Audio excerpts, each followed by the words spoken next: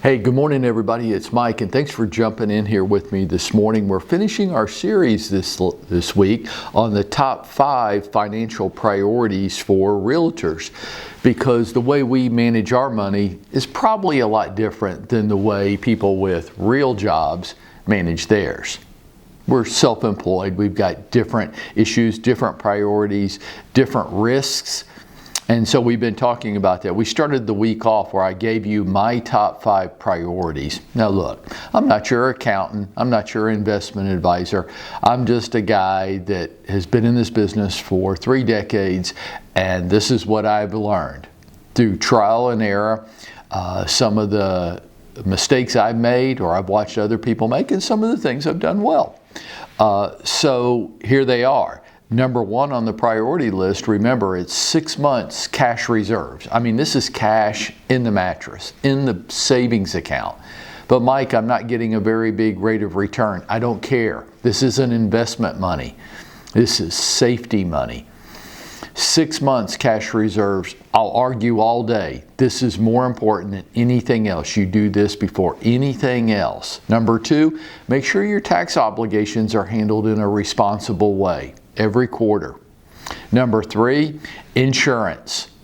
Disability is the most important form of insurance for us, and it's the type of insurance that we are least likely to have. Disability, then health, then life. It's critically important. And the reason, remember, we discussed is because if you're over 30, you're more likely to get hurt and disabled than you are to not live a full life. Health insurance. The leading cause of bankruptcy and foreclosure in this country is lack of adequate health insurance.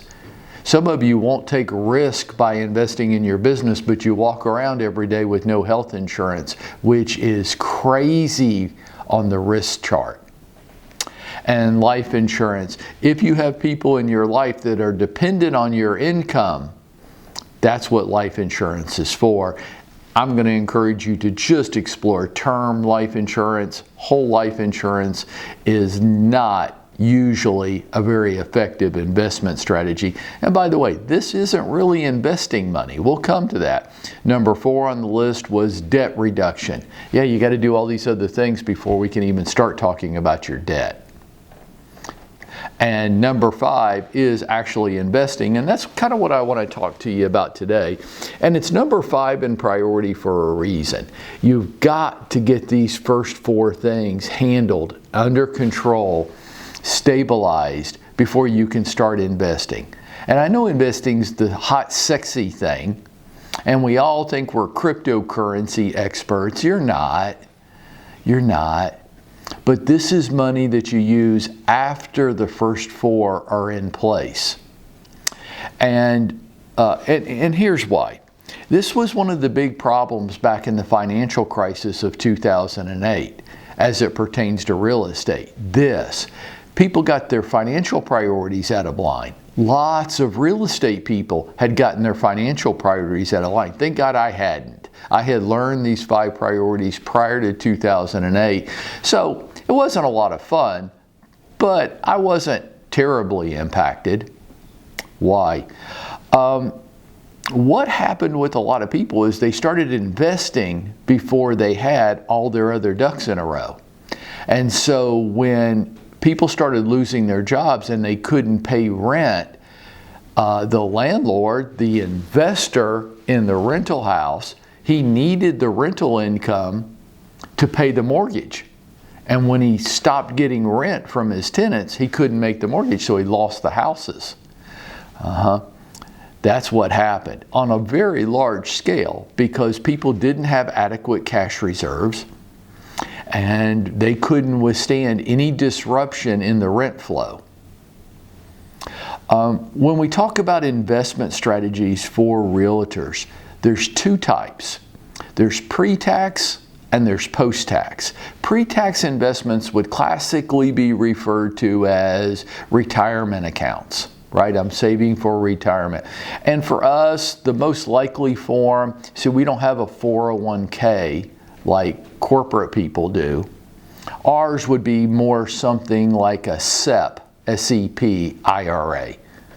where we set it up and we contribute to it. And that's how self-employed people save for retirement. This is our pre-tax investment. These minimize your tax obligations. The government gives you amounts, maximum amounts that you can contribute to these accounts. You get to deduct that amount that you contribute off your taxable income. They typically fall into a long-term investment perspective, which means we passively manage these accounts. We're not trading in and out of them all the time. I'm not going to need this money for 10, 20, 30, 40 years down the road, whatever your number is, right? So we're not, I look at my statements, I'm not freaked out by them when they go up and down because I don't think I'm going to need the money anytime soon. So it's a long-term perspective. These are usually things like stocks and bonds. When I open my SEP IRA account, it's usually invested in mutual funds that are stocks and bonds. Though real estate in this area is possible. It is possible to use money in your retirement accounts to invest in real estate. Post-tax investments, well, let me stop there.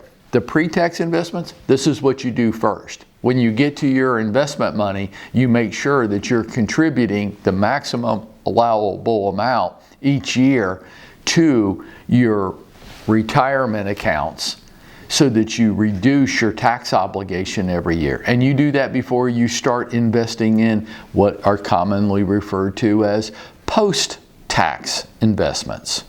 This is the very last priority. Of our 5 priorities, we're talking about number 5, and we're talking about A and B, right?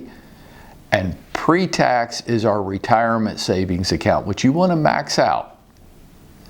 Okay, and you might say, Mike, I'm doing that. I'm doing the first 4, I'm good.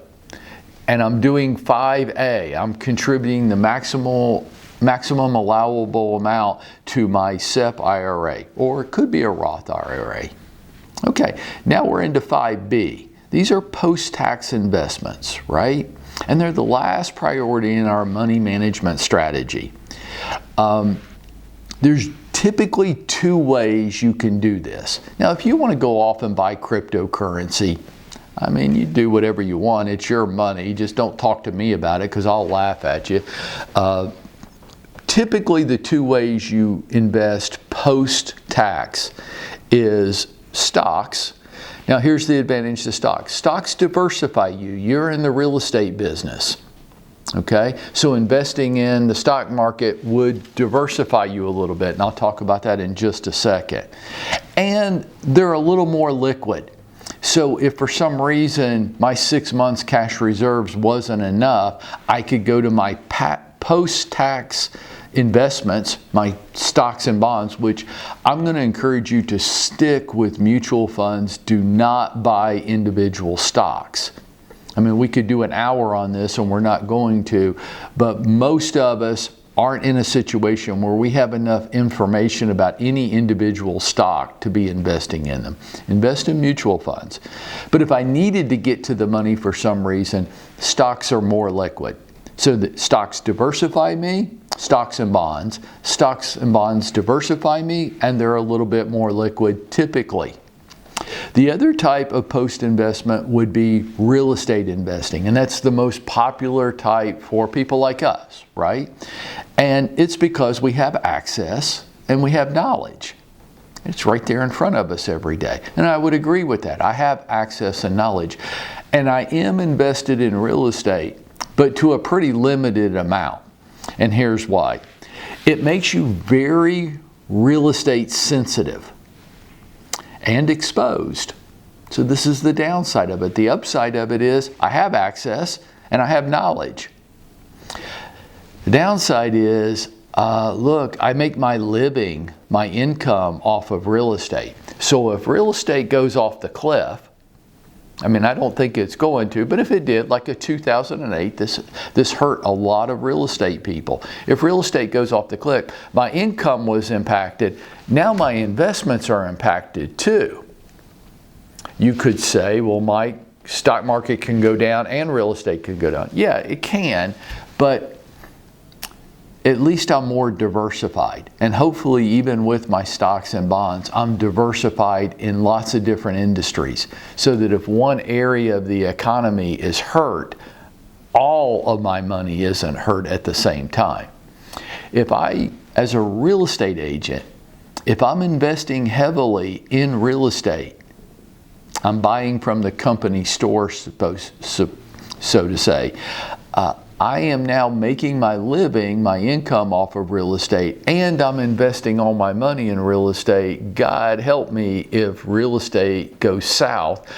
My income is going to be impacted and my investments at the same time. So those are some of the positives and the negatives, the drawbacks, and I think each of us kind of has to put it into a bowl and mix it up and decide what's right for each of us. Do I have some real estate investment? I do. A little bit, and with my post-tax money, I'm more in the stock market. Why? If I wasn't making my living in real estate, I might be more invested in real estate. But because my income's tied to it, I want to be careful with that. Some of you are very risk adverse. For you, I want you to really consider what I'm saying to you this morning. Okay, folks, there's your top 5 priorities for realtors from my perspective. If you agree or disagree with me, come talk to me. I'd love to talk to you about it. I think this is really important.